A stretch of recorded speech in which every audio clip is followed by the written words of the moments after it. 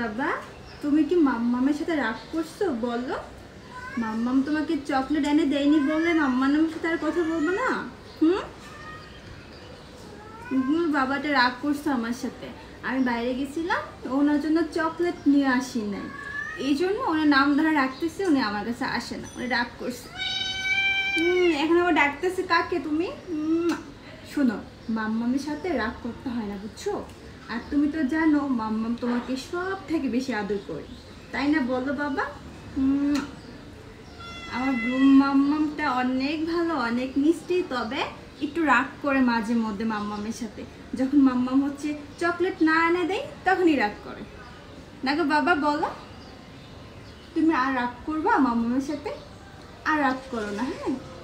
ও মা, এভাবে তাকাইছে কেন?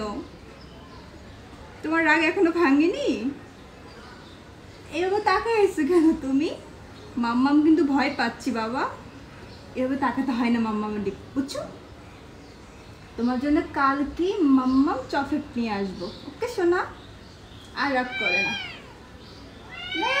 আর রাগ করে না, মাম্মাম তোমার জন্য চকলেট নিয়ে আসবো, ওকে?